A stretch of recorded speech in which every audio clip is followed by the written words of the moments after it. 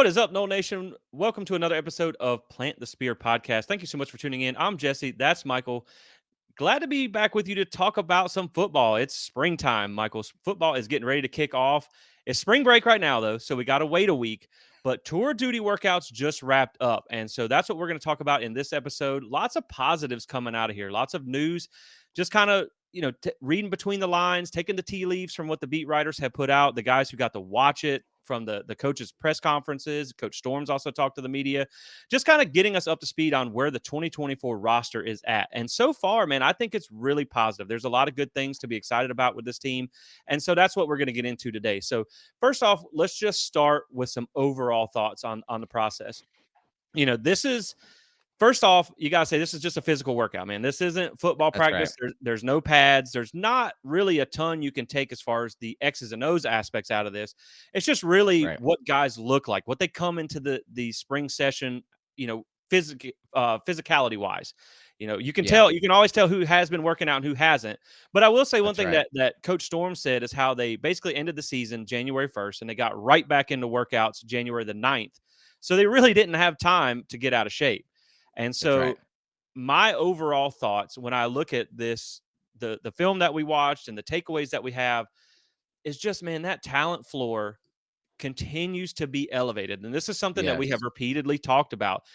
Now, as far as on the field stuff, that's going to remain to be seen. But just in the size and athleticism of the guys that you have on your roster, and there's the old saying, man, that it's the X's and O's or the Jimmies and the Joes. And sometimes That's right. you just got to have dudes. You just got to go out there and That's right. dudes. And I think that's where Florida State is getting now. You're starting to get these athletes that come in and they look like they belong in Power 5 college football. And so that goes from incoming guys, that goes to the guys already on the roster and the transfers coming in too. I like the work ethic that they're putting forward. And I mean, this isn't fun, man. Yeah. These are not fun times. If any of you ever played football, we were talking about this, 2 days in the heat and all that Oof. stuff. It's rough. You find out what you're made of Yeah. during these types of events. But so far, it's been all positive news from what we've seen. And I'll let you share some overall thoughts, and we'll kind of get into a few other notes that we have here. Yeah, absolutely. I mean, you think about, man, gosh, you think about that era between, let's say 2018 to 2022. I mean, you just didn't see the type of guys we're seeing now. The talent started dipping, the recruiting started dipping, and the development, and that's no offense to the previous strength and conditioning coaches that were here at Florida State, but now we got grown men that are playing this game. I mean, you just look at just the transformation. There's a reason why Florida State fans, why we love the moniker "Built by Storms." I mean, you saw it play out in the combine, and you're seeing it play out here again. You saw some players that came in, who were early enrollers, who were skinnier than a pogo stick, and now they look Right. like big old tanks. I mean, that's a Yeah. matter of a couple of months.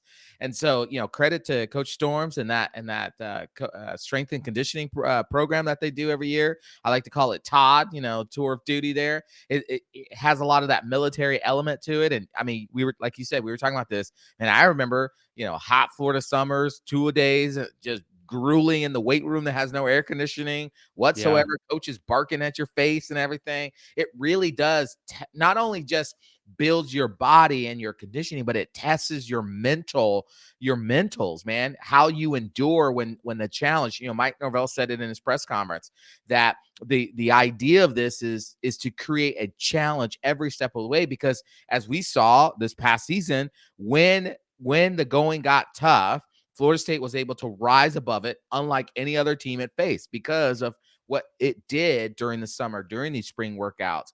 And the other thing was, Mike Norvell said that this tour of duty sets up spring practices. You're literally setting the tone for how those next 15 days are going to go. And so I'm excited to see how this translate into the practice, and then how that translate going and heading into the fall. But man, got some grown men on the field there. Yeah. Yeah. And I think it's, when you talk about the down years, Yeah. it was kind of like you had 6 or 8 guys on the team that you were excited about. Right. Now it's like you got 6 or 8 guys at each position group that That's you're right. excited That's about. And so right. it's just a big difference. But like you said, this is one where you build mental toughness. You Right. find out about people's work ethic. How much do you want it? when there's nothing on the line, the doors are closed, nobody's watching, and it's just you and your teammates and your coaches, and they're pushing you, and they push you Right. hard. And that's something that they repeatedly talked about, not only with Storms and Coach Norvell, where they're like, look, we push them hard because we have Right. high standards and we have high expectations. And that's why when people ask, in the media members, they ask about the combine results. They're like, look, it's not a surprise. It's not at all a surprise because They're of not what they shocked. right. It started with what they did in Tallahassee. And another thing that I like about the way they relate that is Coach Storms even mentioned when they were in the middle of their workouts and they had the combine stuff on the TV, guys would stop and watch that and they would cheer and rally for their guys. That's awesome. But it also shows the proof of concept. Yep. Like, you don't want to go out and do this, but you see where it can get you down the line. And so Absolutely. it's motivation for you to keep pushing.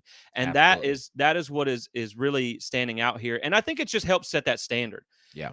And one of the things that I'm going to kind of compare it to here, and you hate to give them too much credit, but this might be changing on the horizon. We'll see. But you hear a lot of things about the Bama standard, and Yes. just I mean, look, it is what it is. They won 6 national titles. They didn't Exactly. they didn't just luck into 6 national That's titles. right. You knew when you came in to a program like Alabama that there was a standard you had to hold yourself to, and Yep. you would not be part of the program if you weren't. That's right. And I think that you're seeing Florida State lay that foundation to build that same standard in Tallahassee, because Yeah. now you have guys. This is something that Norvell talked about as well, where you come in, and of course, there's guys who have never been through tour duty that it's a challenge. It's a Right. hard workout, but you have guys that come in, they don't come in out of shape. They know the standard that's set. They don't want to be the guy that Right. lags behind. They want to Right. be the guy that sets the example. So you're getting to that level now. You're getting Alabama transfers that are coming in and saying, this is tough, man. This is hard Right. work. So I really do think Florida State is getting themselves to that level. We're not dancing at practice anymore. That's You know right. what I mean? They're That's right. sweating. They're working. Like, it's it's hard work. And so I think they are setting that standard. And I also think when you look at the gains from year over year, just looking at size, strength, and numbers, that's something that Coach Storms talked about, in particular with a guy like Daryl Jackson, which we'll talk about when we get to the defensive side of things, Right. where you look at his results from last year to this year, and it's almost night and day. Just the Right. the work ethic and what they've done in the weight room, that speaks to the strength and conditioning staff, the development process that they have in place at Florida State, where you see high school recruits from year 1 to year 2. Hakeem Williams, great Yes. example, Yes. where they take a physical jump that is off the charts. That's a night and day difference. Again, look at Josh Farmer. I'm trying to think, his name slipped me. He was like a 245-pound linebacker when he came to Tallahassee. Now he's a 315-pound monster. So Jeez. you see that. They also see transfers come in and make these big jumps Correct. physically and on the field. So again, it speaks to the development that Right. they have. And so I think just at the end of the day, with some overall thoughts, you look at competition breeds excellence, That's and right. this is one of those where you have competitive depth now at Tallahassee, and that's really the big difference to me between now and years past, where you have so many guys that can push each other for a starting role. It's not so much where, like, you have the ones way up here and then the twos are kind of Right. close, and then the threes are like a basement floor. Now Right. it's like we talked about, you got 6, 8 guys at every position that are pushing each other, and that's what makes you better. And so Norvell even talked about players who did great things in college. Right. They're doing things in the NFL. When he talks to them years later, they bring up tour duty. Yep. And so this is that kind of make and break type of workout to find out what you got. And like you said, it sets up really good in the spring to where you can hit the ground running. Yep. It's not only just physical work. They do some skill work too. Yep. So they are able to work on things like footwork for the quarterbacks and things like that. So you do get a little bit of extra work. They're just not allowed to have a football right now. Right. So they find creative ways to do it. But I think the thing that was on display most from what we got to see the one day that you kind of got to watch tour duty is, one, this team has some speed Oof. now, and I Boy. can't wait to see it. And they also have some power. I mean, like you said, they got some grown dudes, but it's also functional strength. I mean, there's Yeah. one thing to come out here and just bench a lot and add mass. Right. It's about how you carry it. It's That's about right. how, you can bulk up, but if it makes you slow, it doesn't do you any good. You need Right. to have functional strength, and that's something that I think they have done well with, just with the development from the strength and conditioning staff. Yeah. So that's really some of my overall thoughts. Is just building that power and strength and knowing how to use it at the same time. Yeah, and it's not just like you said, it's functional strength. It's the kind of strength that that you're going to be able to leverage in the type of ways you're going to be used on a football field with the offensive lineman, defensive lineman, getting up under those other guys across from you in the trenches, right? Wide receivers not being pushed off their routes, but being able to break through their routes, safeties, linebackers hitting, right? Running backs going through a hole, like that strength, that power makes sense in light of what they're going to be asked to do. And it's not just straight line speed. It's not just like, you get on the block and you run 40 yards and yay, you're fast. No, it's like Right. shifty speed. It's like getting in and out of cuts. It's like, making maneuvers, getting off when the ball is snapped if you're a defensive lineman, getting into your stands fast enough if you're an offensive lineman. All those, that power and speed matters in the context of how they're being leveraged. And I think what Coach Storms and that crew are doing is incredible. And then to add on top of that, I mean, you just think about, again, you think about how this plays out itself.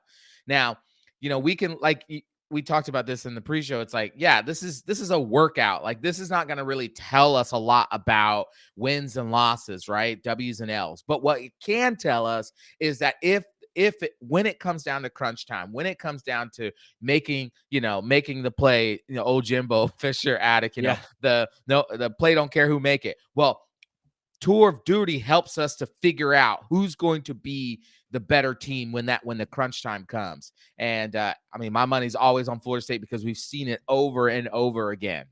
Right. And I think it really just comes down to, yes, there are obviously what you got to do in pads and practice, but Right. sometimes you just got to line up and That's whip right. the guy across from you. I That's mean, right. you take like Mike Tyson, for instance. That guy's a professionally trained boxer. If I go in the ring with him for 30 seconds, I'm dead. But if you I'm put so him in glad that you gave yourself 30 seconds. I gave myself like a half a sec. that's after I jumped out of the ring, ran a couple laps, he caught me, killed me, and then got back in and ding ding ring the bell. But at the same time, like if you put him in the ring with like a silverback gorilla, he's Oh, gonna crush him. So at that's some right. point, you just gotta have dudes. And Yeah. so I think that's where we've got as a program now. And I also think one more thing, talking about functional strength, this is what we just talked about on the last episode with That's Keon right. Coleman, That's right. where you have a guy who didn't have a very impressive 40 time, but he ran the fastest That's mile right. per hour in That's in right. the gauntlet drill. So it's functional strength, it's functional speed, and that's what matters the most. And that's what you can rely on in a game type situation. Now, you know what else you can rely on, Oh, Michael? come And on. that Tell me. that is today's sponsor, Alumni Hall Let's FSU. go. They got all the gear you need. So go check them out at their location in Tallahassee, 1415 Timber Lane Road, or you can shop online, Alumni Hall FSU. Navigate over to the Florida State page, pick you out some new gear. The spring game's coming up. That's right. We're gonna have to sit on the sunny side of the stadium. The shade Oh, is under gonna need a construction, so hat. yeah, you're gonna need a hat. So go check them out. Use code SPEAR to get 10% off. And again, we appreciate you guys for supporting those that support us. So now let's kind of talk about some observations from offense and defense. We'll start with the offense. Just some guys that we saw through the tape and through what we read and the cliff notes and things like that we were able to take from this. So starting on offense, obviously you'll start with the most important position on the field, and that's quarterback. We really got our first look at DJU in Yes, we a did. in a physical atmosphere. We've seen him just walking around and stuff in pictures, but you get to see him in action. And Right. man, it's a big dude. I mean, Oof. he's 6'4", 250, 260 pounds. He's massive. He's got tree trunks for legs, and I think that's what really stood out. And I kind of have to sidebar here because Sonone from 247 put out a clip of where he was running the circle drill. Now, first off, I watched a lot of the clips Yeah. and stuff, and there wasn't many people that looked overly fast in that circle No. drill because you're not just, again, you're not straight line speed, but people were talking about he's big and he's slow and all that. Well, I mean, first off, the guy can throw the ball 80 yards. Right. I don't care if he's fast. Tom Brady has what, 16,000 Super Bowl rings and probably runs like a 6 flat 40. So Or an like 8 flat 40. right. So like why even run the 40? So like Right. that doesn't necessarily matter. Jordan Travis was quick. That's a Yeah. different type of speed. DJ used a strider. When you have that length of legs and you're that tall, you stride, you cover ground quickly. Right. And not to mention, because the Miami fans came out of the woodwork and Yeah. tried to poke fun at DJU for being slow and all that. Look, the thing is, at 6'4", 6'5", 250, 260 pounds, he's just going to put his shoulder down and truck Yep. your ass. Yep. And it's just going to happen. And, they talk about DJU. Meanwhile, the last time he played Miami, Ooh, he threw for 230 yards and two come on. touchdowns, and Come on. sack adjusted per PFF ran for 110 yards and Come another on. touchdown, averaged 7.9 yards per Come carry. on. That's 340 all-purpose yards and three touchdowns. Preach. So, save it. We'll see how it goes. And, eh, Meanwhile, Cam Ward's throwing ducks in the spring, and they're bragging about crazy one-hand catches when it's like that was a kind of a terrible throw. I tell you what, I bet you knows how to take a knee too. Right, which he probably won't get to do that in Miami because it's not in their Yes. playbook. That's right. Uh, I saw they were talking about, like, the new NCAA 25, and it's like I think you sent that to me where Yeah. Miami doesn't have the quarterback kneel in the playbook. So, it's hilarious, but, I mean, that aside, it's just it's funny how it's like the preseason talk, but Yeah. DJU, we didn't expect him to come in and look like Jordan No. Travis running around. We expected him to be a big, strong, powerful runner. Correct. He's run the ball successfully throughout his career, so we're not worried about that. I'm sure he's probably got to get in, because he didn't play in the bowl game, so he's been Right. off for a little bit. So he's going to have to get back in shape and stuff like that, and that's what the tour duty's for. But I think he looks good. I think he moves well. I think Yeah. he looks more powerful than I imagined. And then when you talk about the guys behind him, Brock Glenn, this is another guy that I really like. They have said that he's bulked up a lot. Josh Storms even said when you see him at first, you think that he's a linebacker, but Right. then you realize he's a quarterback. And this is a guy that he just has an amazing work ethic. He's already showing the traits of being a leader. He's a guy who Yeah. coaches guys in practice. And I think Brock Glenn, and you could also put Luke Kromenhawk in this conversation as Yeah. well, a guy that he's still very, very young. Yeah. Obviously, he has great size. He's tall and he has a good frame, but he carries it well. He moves well. He's probably going to need another this year to Yeah. develop. Yep. But I think what you look at with Brock Glenn is you just see the signs of development That's coming. right. And so that again, we call it a quarterback competition. We know DJU is most likely going to win, but this is a guy that going forward, you like what you see Yeah. after this year. He Absolutely. will be the guy that can step into that role. So overall, I'm really happy with what we saw out of the quarterbacks. Yeah. Listen, I And I think it's gonna. and I will say I think you're in a better position, surprisingly, depth-wise Yep. this year than you were last year. Yeah, absolutely. Listen, it's going to be an adjustment for all of us, right? I mean, we've had 2.5 incredible years of Jordan Travis. Right. But the thing is, he's a different type of quarterback. So to compare him to DJU, I think it's unfair to say that, oh, DJU is much slower. We're going to have problems. It's a different type of quarterback. And I trust that Mike Norvell and Alex Atkins and Tony Togarath, they're going to adjust that offense to accommodate for DJU's strengths and his weaknesses. So that's going to be set up. Again, we don't need a quarterback that can hit you in the shift of a phone booth and then take off on you in a split time. We have those shifty receivers and those running backs are going to take care of life. We need a guy that can pick up 3rd and 1 and 4th and 2, on the butt push or whatever they're calling. We need that guy. That's the guy we need now, who can run, who can lower his shoulder, and throw the ball 80 yards down the field and connect in those deep passes, because we're going to have some burners on the outside. We're going to have some shifters on the inside. We're going to have running backs who are be able to get the ball in space and do some things with it. And so I'm excited for what I saw of DJU. I know we haven't talked about this yet. He had a little injury on his non-throwing hand, but it doesn't seem to be affecting his workout. So we'll keep an eye on that. But yeah, and then Luke Kromenhawk, oh my gosh, like I was saying, he looks so much bigger than when we saw him, during the Orange Bowl practices. I mean, he like you said, he's got a year or two of development getting in the offense.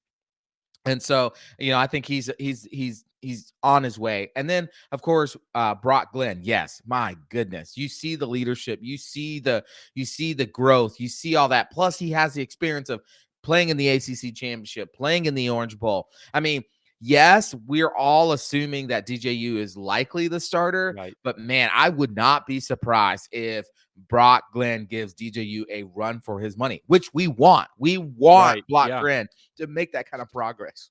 Yeah, and I think you're going to see a lot of them this year too, just given last year's situation where you had, you had one go down and the other guy didn't really seem ready to go. So I think you Correct. will see them use him more this year. And I think the other thing too, when you talk about Kromenhawk and how fast they get up to kind of that college level build, I really do think this is why this is something I've always talked about with the transfer portal. You get guys that come in with a year or two in a college level strength and conditioning and nutrition program where I mean, let's face it, high school is great. You have some really powerhouse high schools out there where these kids come from.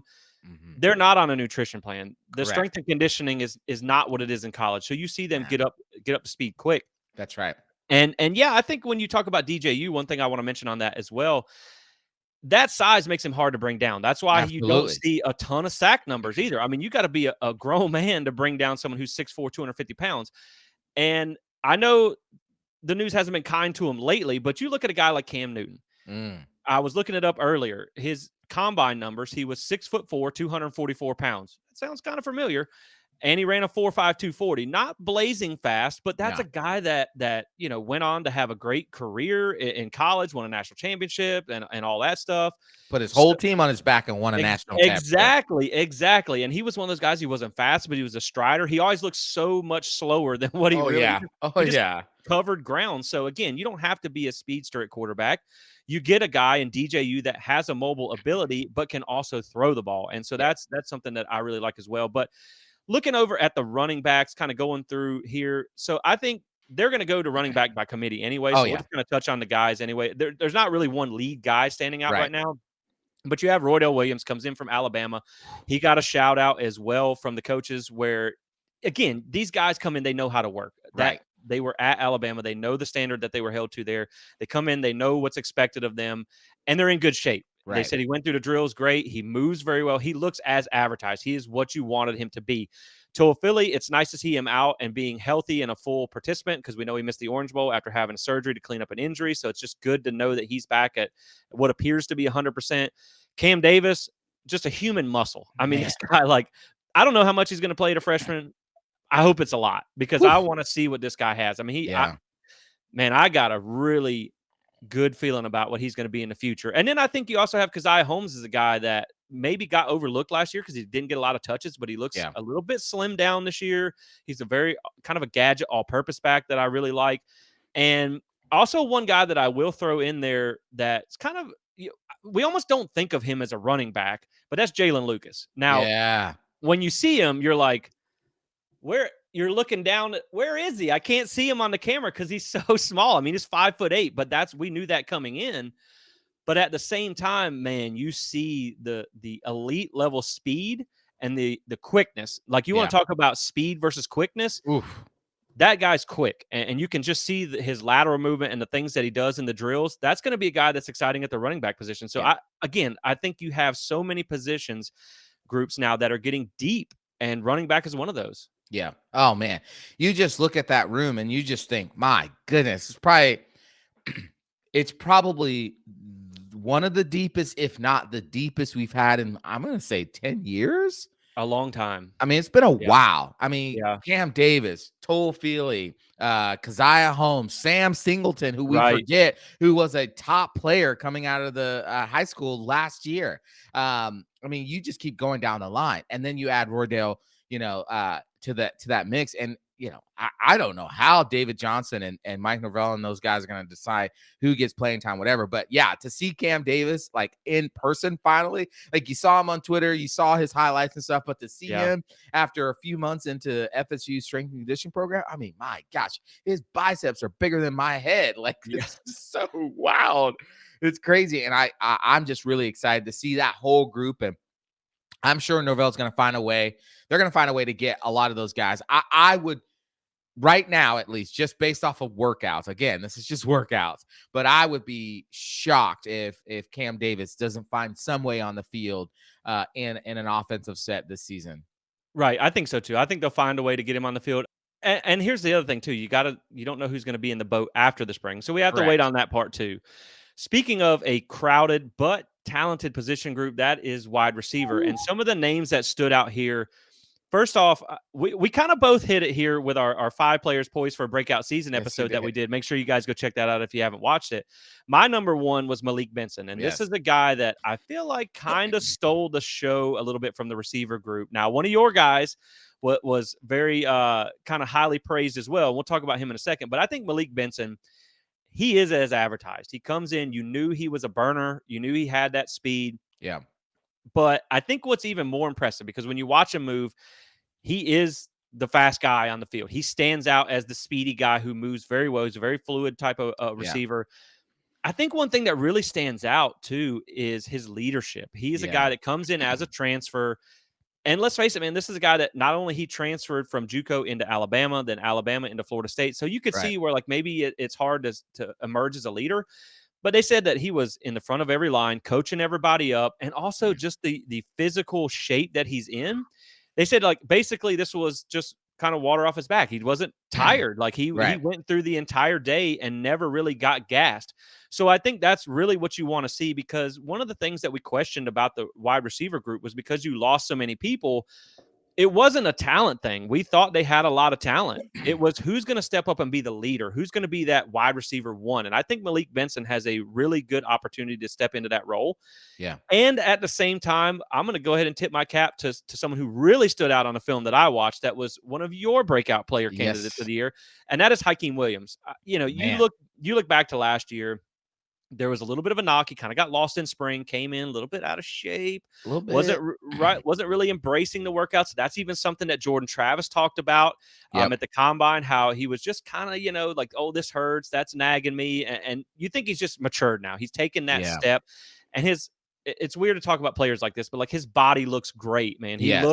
He looks like he is toned up, slimmed down a little Yeah. bit, but he's Yep. still got that massive frame. He just carries it really well Yeah. right now. Yeah, I think he was able to get the muscle in the right places. Yep. He started taking very seriously the workout and the mentality, the standard that Mike Norvell talks about. And that's when you start to see him break out in the games last season. Once he finally took that serious, you started to actually Yeah. see him have significant and meaningful snaps. And then, of course, he had the touchdown run there. I think that was against Syracuse, which was like, it kind of like opened everybody's eyes, like, oh, this Yeah. this boy's a dog. He's gonna be something. And then, of course, he had the midseason injury that kind of hampered that. But again, he's coming back again. And in the videos I watched of him, my goodness, his body looks better, his mental looks better, leadership wise. Yeah. He's sticking, he's putting his voice out there. I really believe he's going to be a breakout candidate. Again, this is just workouts, but just based off Right. the workouts, he's already showing that breakout potential that he's going to step up.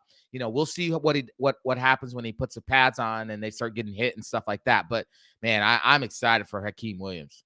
Yeah. I think the thing with Hakeem too is so many people, maybe until now, until they saw him in workouts, you just kind of forgot you had him Yeah, in a way, yeah, because like that was an elite level talent when you got him yeah, out of high school, and yeah, now you've shaped him into a college ready player. yeah. And we saw the flashes last year, but you bring in the flashy new toys, the Malik That's Benson, right. the Jalen Browns. You bring in all these guys, and you think, okay, well, we got a lot of top level players that we just brought in. You already had a really, really good one on your roster. You just That's kind right. of forgot about him. And so I Yeah. think, man, if he can have a breakout year, like I saw someone had tweeted out where it's like two of the really high praised guys were Daryl Jackson and Hakeem Williams. And one of the things that I shared that with the comment on, if those two guys have a breakout season, Florida State's going to have a very special year, because you need Daryl Jackson to have Yes. that. Yes. And then Hakeem, I don't know that you were expecting that, but if he has that type of breakout year, that's going to be great. Oh yeah. Now, didn't really hear a whole lot from Portier. Darren Yeah. Williamson, obviously, well, he was going through drills fine. He looks healthy. That's good. That's what you really want to see from Portier and Williamson, is Right. just being Yeah. healthy. That's Yeah. what's plagued them their whole career.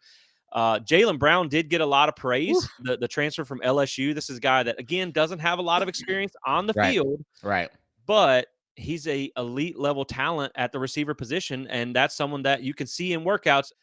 I think this was something that you saw when Azarie got here as a freshman early on, Yeah. where like Yeah. you watch him versus other DBs, and you're like, that guy just moves Yep. differently. He just Yep. doesn't look the same as some of the guys on the field. And now it's harder to stand out in this group because you have a lot more talent and depth in this group, but the way they move, you can tell that Yeah. Jalen Brown is going to be a special guy. Oh yeah. I mean, just I think I was telling you this in the pre-show as I was watching Malik Benson and Jalen Brown. The two things that stuck out to me. We've talked about this, right?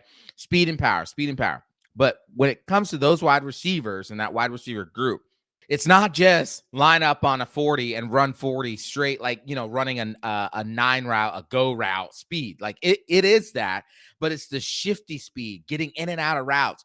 They're not going, and they're so powerful. They're not going to be bullied by a defensive back off the line. They're not going to be easily Yeah. knocked off their routes. If they're in the game, their mindsets are right, man, you're going to see a lot of pancaking happening by the wide receivers in the run game. I mean, Yeah. just not just speed and not just straight line speed, but shifty speed, and not just power, but like functional, as you said, functional power.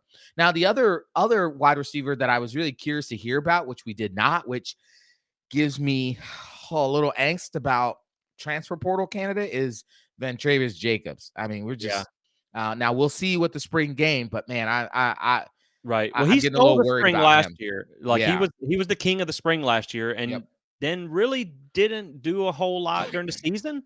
Right. But I will touch on one thing real quick when you talk about blocking. That's where Hakeem's going to stand out. I mean, Oh yeah. last year you saw a few occasions where he put dudes under the bench, and Yes, that he was something did. that Johnny Wilson did. So I like that as well. So yeah, I you hope Van Dravius is locked in and engaged, and maybe it's just there's so many bodies in the room, it's Yeah, hard to find a way up there.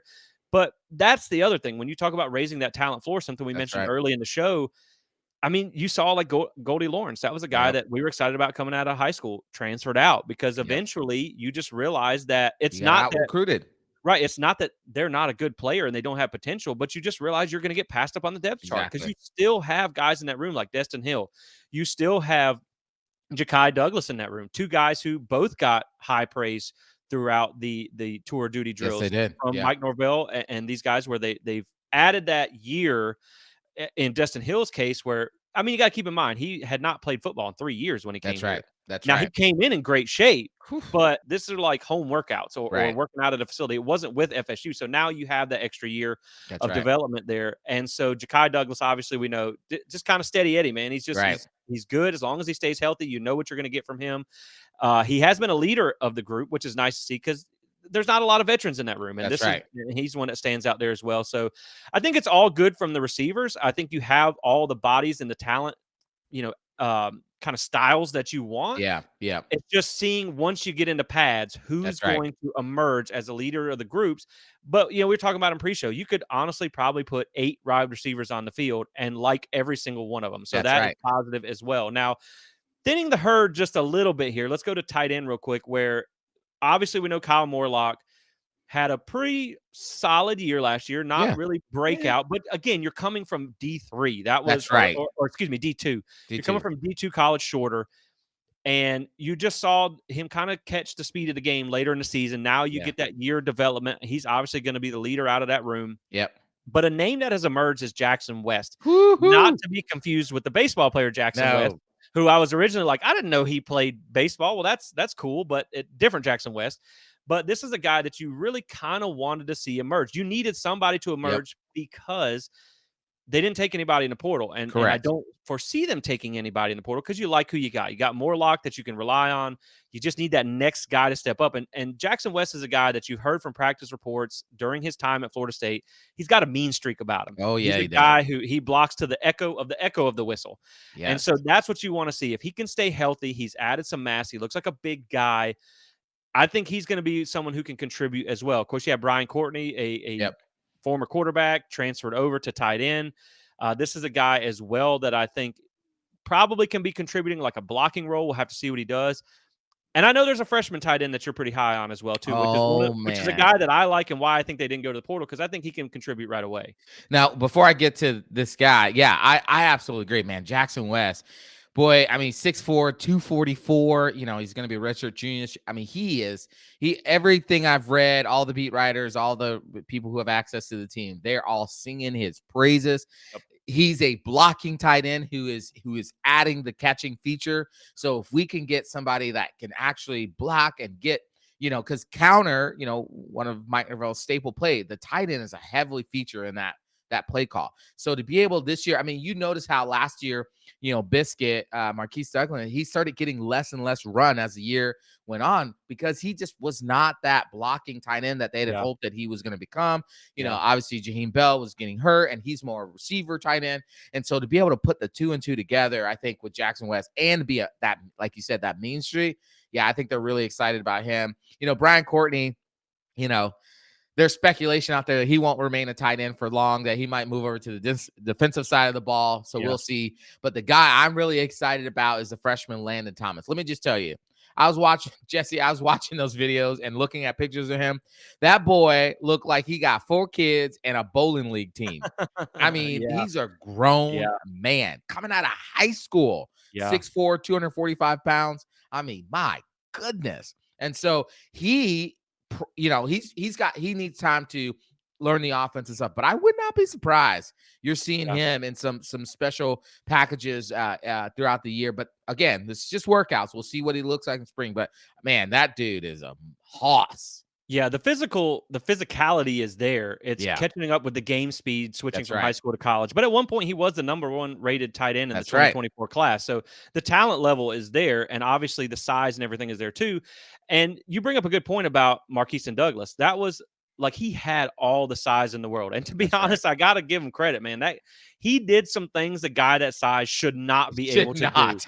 Like that was the most athletic biscuit. It was Oh, like a light biscuit, a flaky biscuit. a flaky Um, mister. but he was really good at producing on offense. But my one Yeah. knock was always the blocking. Yeah, it It was wasn't the greatest. His blocking no. great. It's like when you get that biscuit with the burnt bottom, and you're like, I'm just kind of stuck with it. So I'll eat the right. top, but leave the Right, bottom alone. exactly. So I think if you can get a Jackson West type of player that can do a little bit of both, because Yeah. that was really the one knock that I had on the position last year. Yeah, Whereas I loved everybody, but Kyle Morlock was a little light in the seat. that's right. Jaheim Bell, you didn't bring him in to block. Let's be No, honest. you And brought him in he to be a receiver and running right, back. and now he was a good blocker for because Yes. because he's a big dude, but it just strength wise. But you really haven't had that real strong blocker Well, since probably Nick O'Leary, and that's yeah, that's kind of yeah. what I'm hoping that they can get out of Jackson West. Well, yeah, what I was gonna say is the great part about it is that with Jackson West, what you missed out, like you talked about with Nick O'Leary, is Jaheim Bell was great at blocking out wide, right? You Right, could use him out wide, but if you were gonna bring him into the line to run those kind of plays that Mike Norvell likes to call, it was gonna be harder. They're missing assignments. They're getting kind of bullied because now you're not just blocking wide receiver, or you're not just blocking DBs and linebackers out there. When you bring them on the line, you're blocking D tackles, D right. ends, Yeah. right? And that requires a different type of blocking schematic and body and type. And so that's where Jackson West could prove to be very valuable to the team. Right. I just like that you're seeing some names emerge out of the tight end room to possibly Yeah, step up. Now let's talk about the offensive line. Another position group that's pretty stacked here that we like, that you have a lot of guys. And coming up, I will let you guys know that next week we're going to put together kind of our spring preview, what we're watching for, position group battles that we're watching under a microscope. And for me, I'll go ahead and give you a little bit of the sauce. I think offensive line is one that originally I hadn't had penciled in. I thought right. this was kind of, you brought a lot of guys back, you lost a couple, but you had some young guys you were excited about.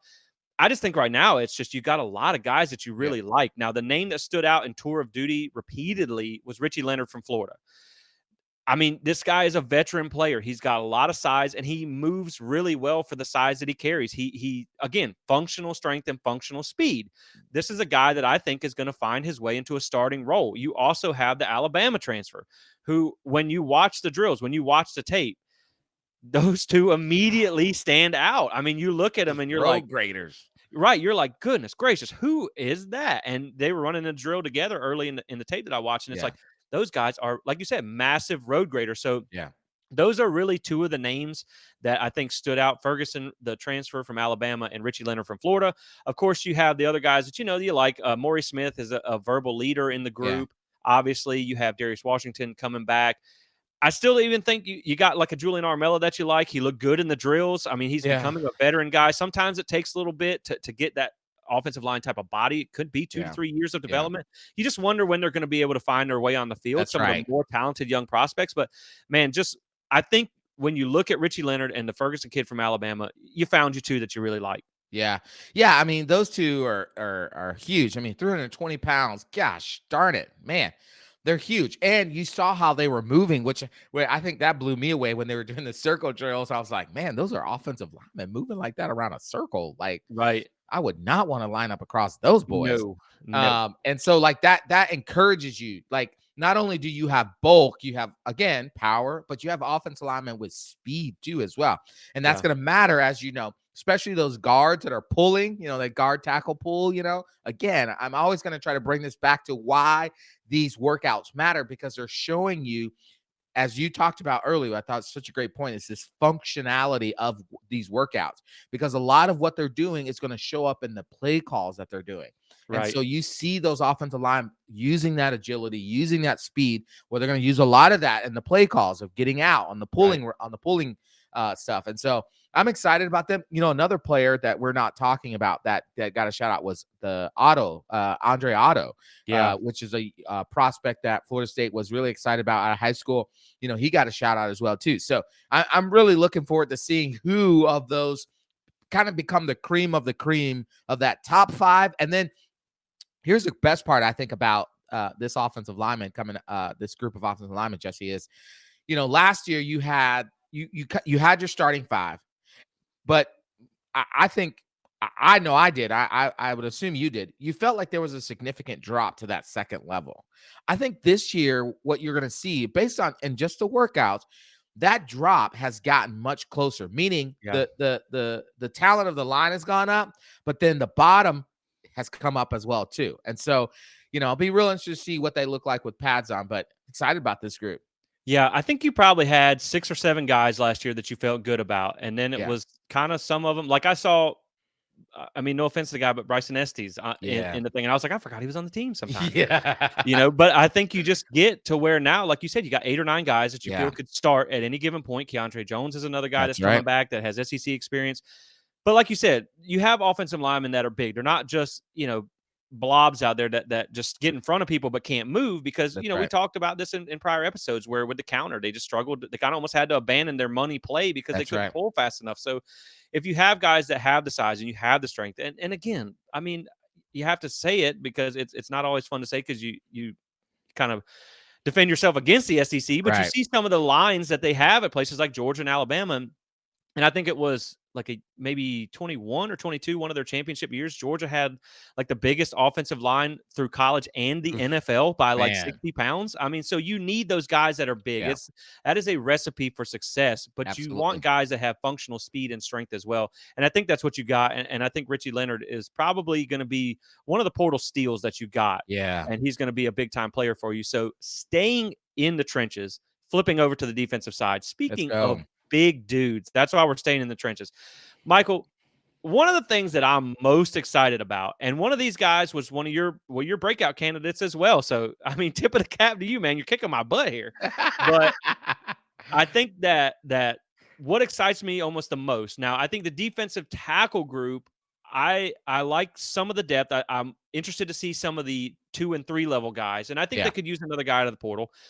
Man, you got 600 and like 50 pounds Mm, of man in the middle of that yes. defensive line. When you Ooh. look at Daryl Jackson, who got a shout out from Coach Storms, Yep. who got a shout out from Mike Norvell, who Yep. got a shout out from pretty much everybody who watched it. They said he is night and day from last year. That's something that Josh Storms commented on, where you look at his not only his work ethic, his numbers in the weight room, his desire to be out there and working hard, his leadership Yeah. from last year to this year, he's called it night and day. And so if you have him stepping up to that level, and again, sidebar, when you talk about the development of transfers coming from another program to now, he even tweeted out the other day, Daryl Jackson did, this was Yes, the he best did. program. He was happy to be here. Again, you talk about a guy who makes night and day gains coming from another Power Five program. Kinda, technically, they're a Power 5 program. They're not very competitive at a Power 5 level, Miami. Um, but I just think that speaks to the level where Florida State's at right now. But That's this is a right. guy that if it like you told me and we were talking about in the pre-show, this is a guy that at times last year was dominant in practice already. If he That's is right. night and day to this year, that's scary. And then you pair him with Josh Farmer, a guy that we Oh, already talked about earlier, who has put on like 60 pounds, 70 pounds since he's been here gosh. and turned into an absolute freak of a defensive tackle. Man, that duo in the middle, if they stay healthy, is gonna be scary. Now, it's Oh, just what you get out of the guys afterwards, and we talked that's right. earlier, just kinda comparing notes and what we had seen. We really like what we saw from Grady Kelly as well. This Yes. is a guy who when you see him, he kind of was in the front of a lot of drills. He kind of Yep. led, like he's kind of quick. He's big. He's got size. And from some of the reports, he just enjoys the work, and that's what Yep. I like. So Yep. there's some guys that we're going to have to see, Daniel Lyons and Yeah. KJ Sampson and all that, that we're going to have to see emerge once you get into spring practice with pads on.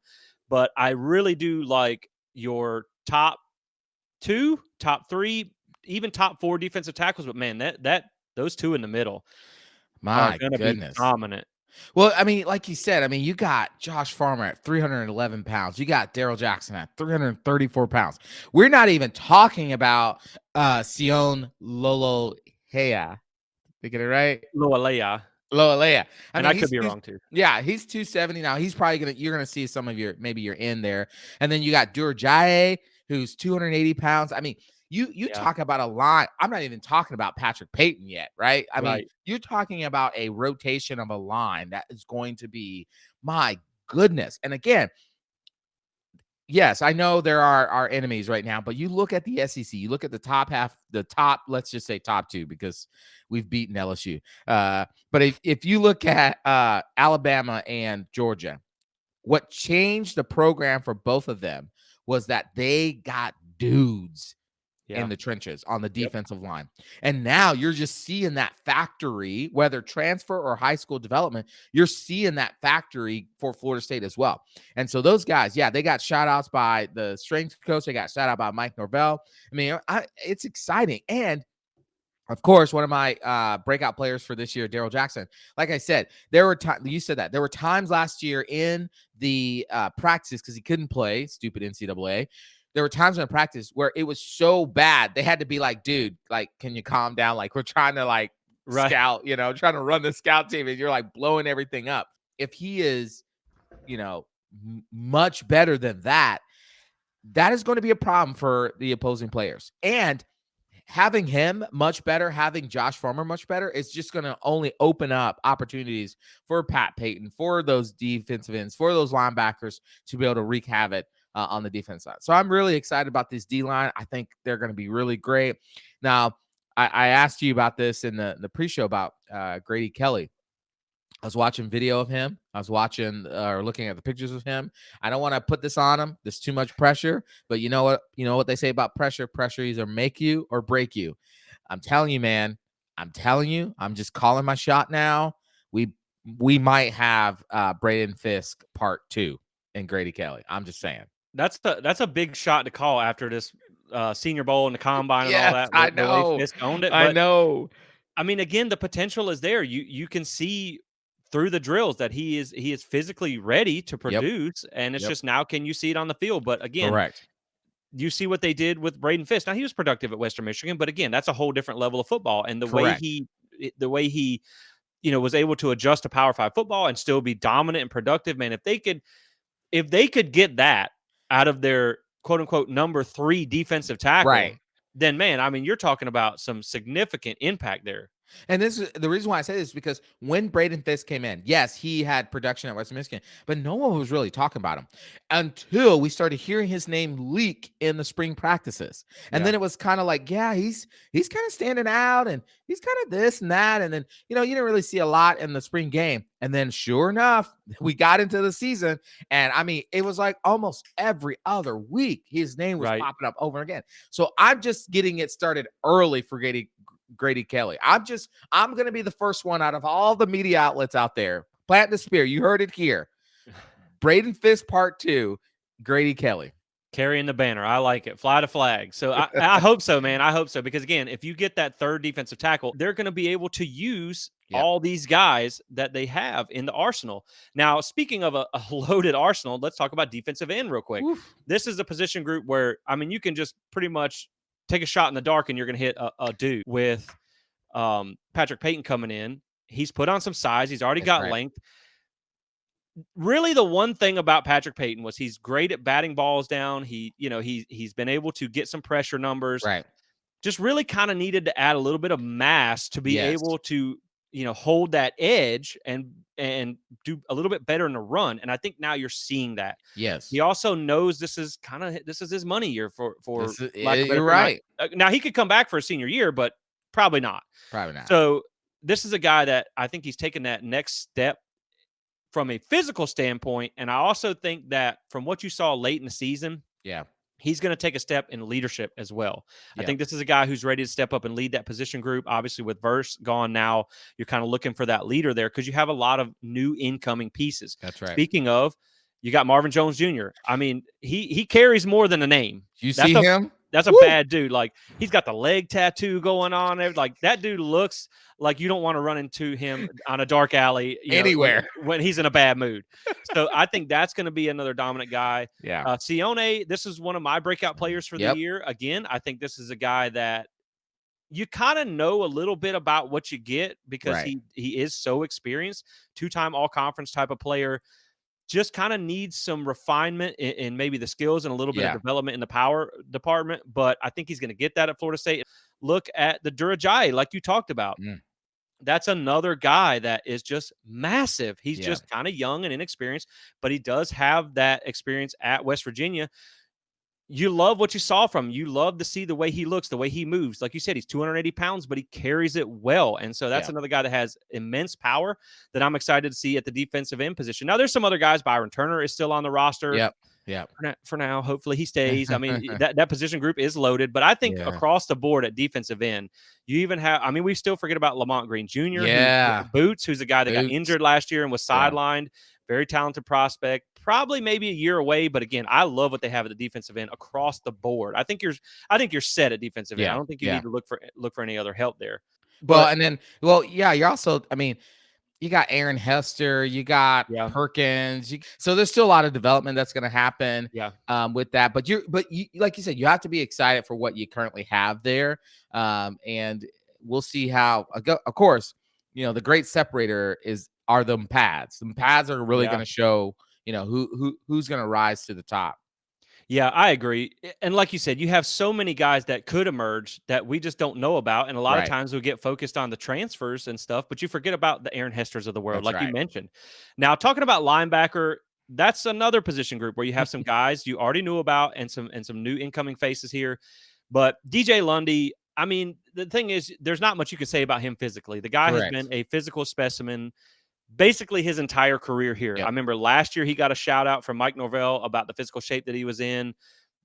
Again, this year they said that he's even, I don't know how you can be in better shape. I mean, the guy is literally like if you could chisel a linebacker out of stone, that's Yeah. DJ Lundy. So I Yep. think I will just say it's huge to get him back because it Yeah. still kind of seems like you're searching for that next guy. Yep. Sean Murphy is a guy that comes in from Alabama, That's right. moves well, has good size, obviously recruited to play linebacker at Alabama.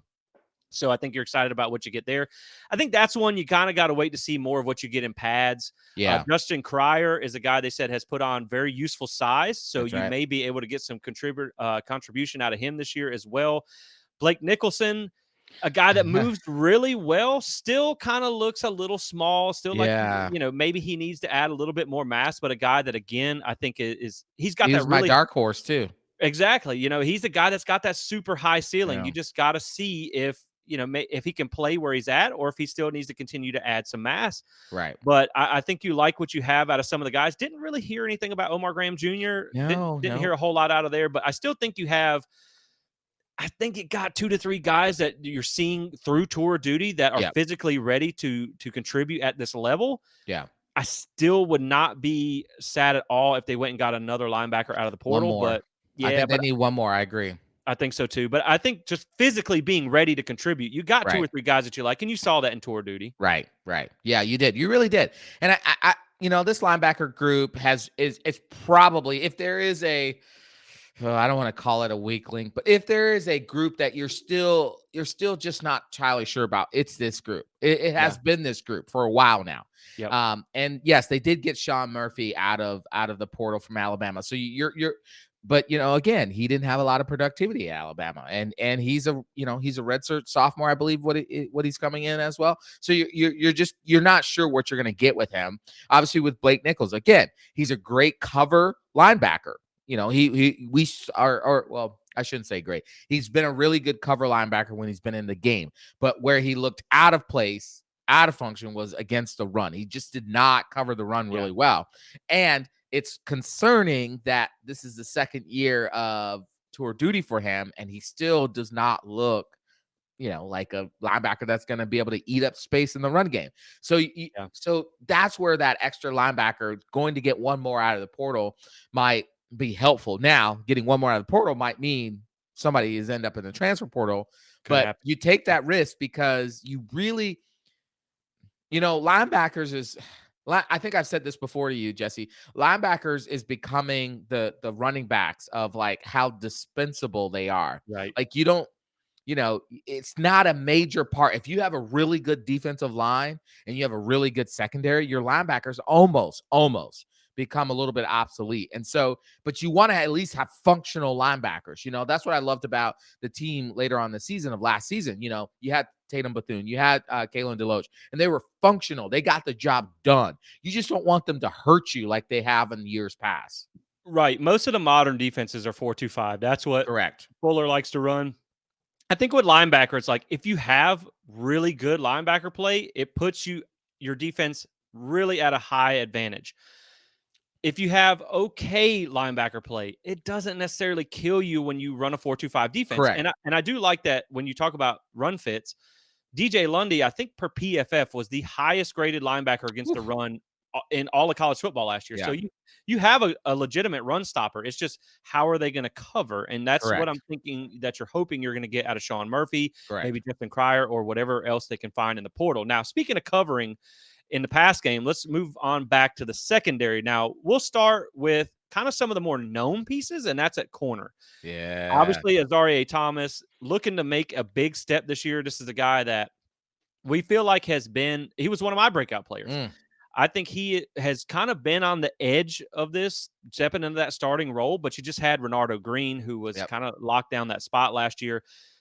It looks like that position is prime for him to step into. This is a guy that, again, really highly talented player coming out of high school, has repeatedly flashed on the field at a college level. You could say all the things about Azareye'h Thomas. There's Yep. not really a whole lot of question there. You also have Fentrell Cypress. He's always been a quiet performer. Yeah. We Yeah. don't really hear a lot about him, but he's solid when the lights come on the field. That's right. Actually, to be honest, remember last year when he came in, there was kind of like he took a little while to adjust, and people He were a little did. bit It took a bit. worried. Yeah. Right, people were a little bit worried, but then when the lights come on, he performs He well. showed So up. you kind of know what you have there. I think really when you talk about corners, and I'll jump to nickel real quick because that kind of is That's included where, yeah. in that group. Greedy Vance, Yeah. I think this is a guy that got overlooked when you brought in Earl Little, where Yep. you were like, okay, this is the guy, this is the nickel. He's gonna take that Jerryon Jones role. I don't think Greedy Vance is gonna take that line down. I think he's gonna put up a fight for that spot. I Yeah. love his physicality. I love Yep. a guy, he's always been a very physical player. Yeah. Borderline like, hey, calm down now. We don't need no flags, but he'll get up all in your grill. But I do like what you have here Yeah. because Earl Little, I think with him, he's still young, but he Yeah. is extremely, extremely talented, extremely high ceiling guy. If he's not ready right now, and I feel like he probably is, this is another guy that you're going to have to wait to see in pads.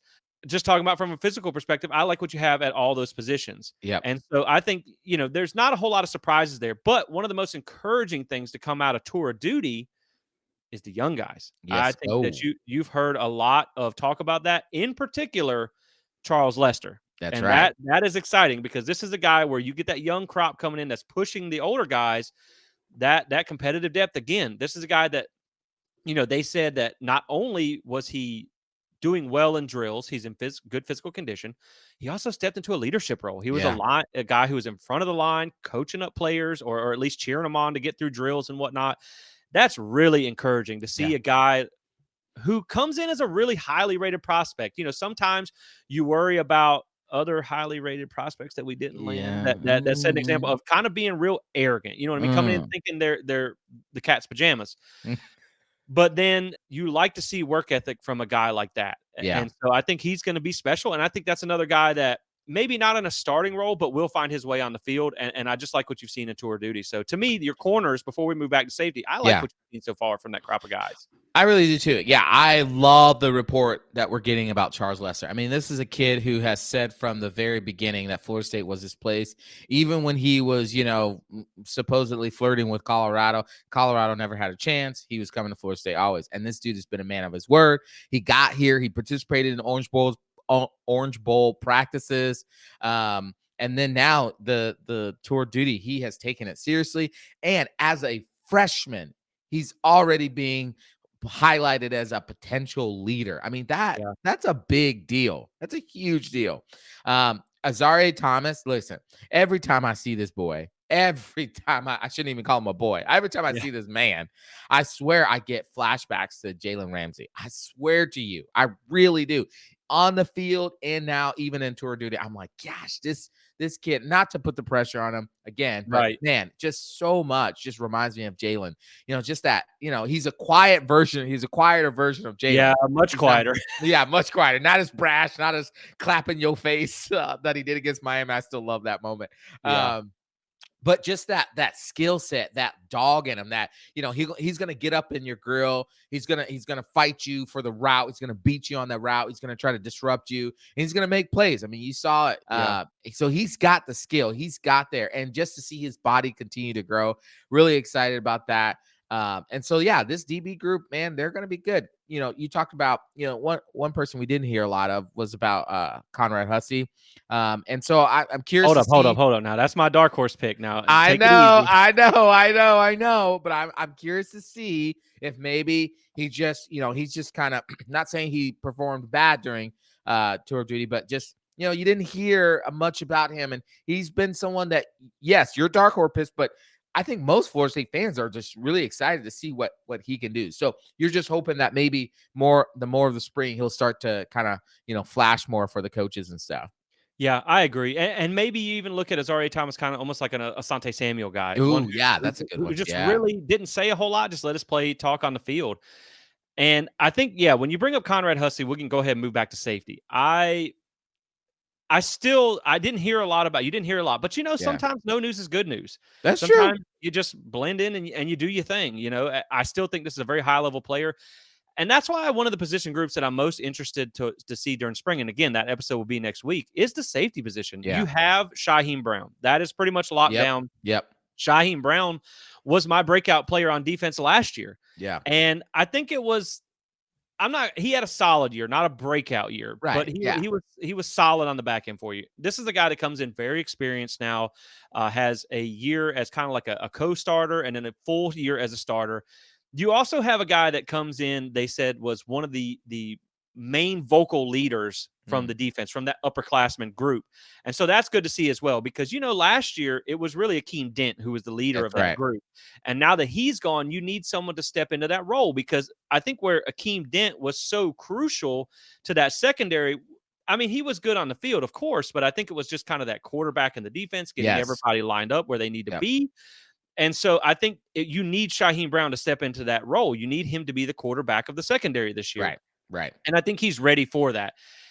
It's the other safety position that's kind of a question mark right now that we're going to wait to see break out. Now, you have a lot of guys, and like you didn't hear anything too much about Devontae Brown either. Right. That's Right. another name that's competing at safety that you didn't hear about. So again, maybe no news is good news, but you also have KJ Kirkland's a guy that his Yeah. name's been brought up multiple times throughout tour duty as a guy that they say he's almost like a small linebacker in a way, because he's just got so much size, a talented Yeah. guy, a track guy coming out of high school. This is a guy that could very well compete for and push for that starting job. I mean, Yeah. he's only in year 2 and you have some more experienced guys, but I think that's a guy's name who has emerged as well that you could seriously look at that has made some noise in tour duty. Now, again, this all depends on what they do in pads, but That's right.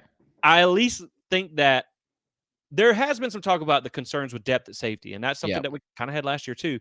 But I think if Shaheem can lock down that one spot and stay healthy, you have 3 or 4 guys that can compete for You have that other some spot. options. Yeah. Right. And I just think that you're seeing again, these are just non-padded workouts, but I think what you're seeing from the development from the young guys, Yeah. we kind of forget a little bit about some of the pieces they brought in from 2023. And That's and right.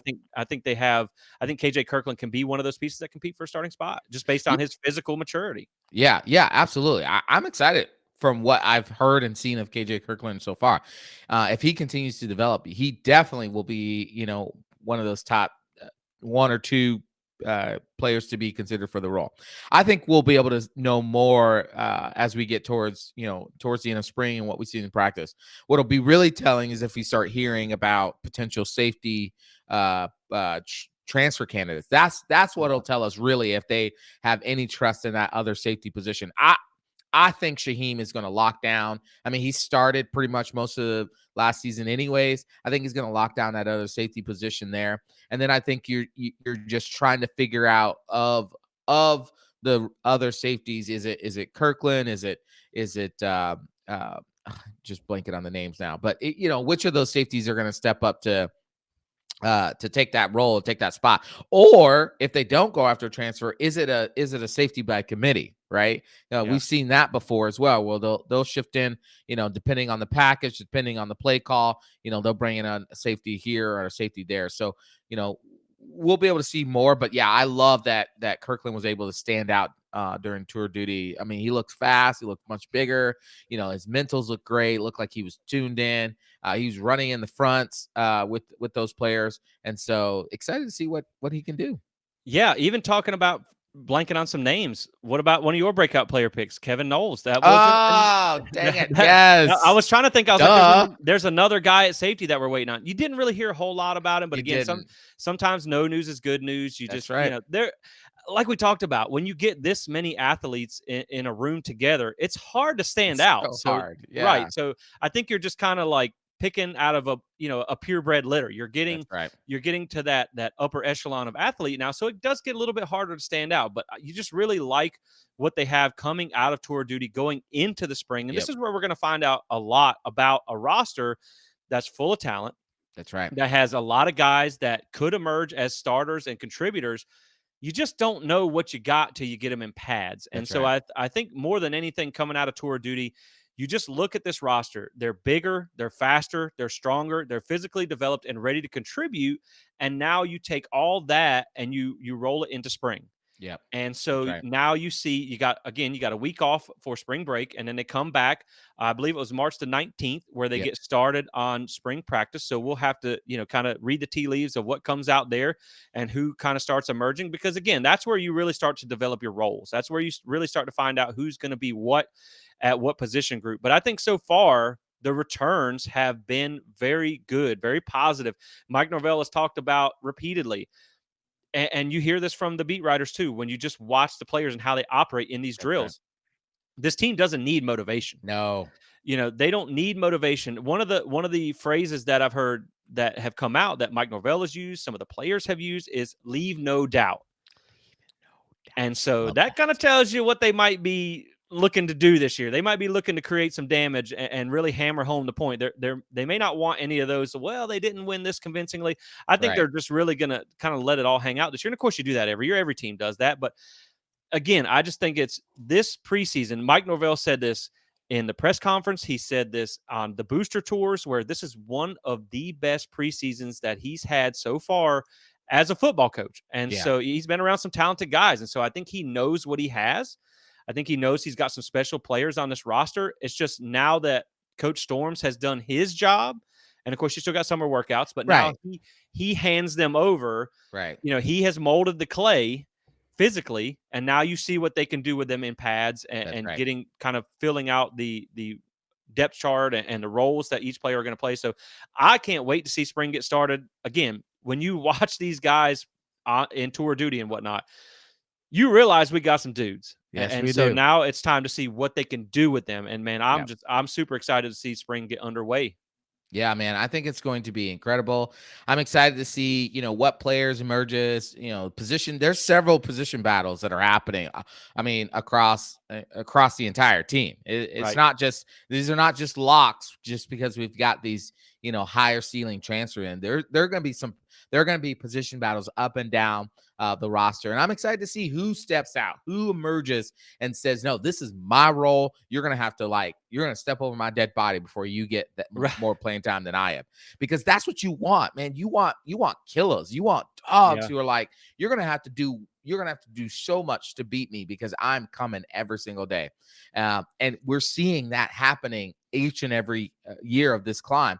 And so I'm excited to see who steps out, who shows himself ready, and I'm also curious to see who starts to tell us that they may not be here next season Yeah. because they're going to enter that spring portal. You'll start to see that as well. You start by the practice reports that are coming out, by the people who are able to have access and cover the team, and we'll try to do our best to bring as much as we can as we try to hear and see for ourselves exactly what spring 2024 is going to look like for Florida State football.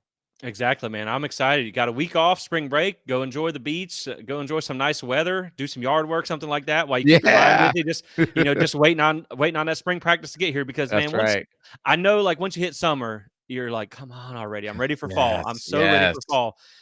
But I think at the same time, man, once you hit spring camp, it really starts to paint the picture of Oh, what you're yes. gonna have for 2024. Now, of course, Yes. there's that other portal season lurking out there as That's well, right. which you could, like you mentioned, you could have some come and you could have some go out of that. That's right. But you really start to get an idea of what this team's gonna look like next year. And so I can't wait to get into it. We'll Yeah. obviously be bringing you guys coverage all throughout spring. Make sure to check back next week when we start getting into some pre-spring things. What are we watching for? Mm, What is going to be the big takeaway? What are some of these position group battles that we're looking at?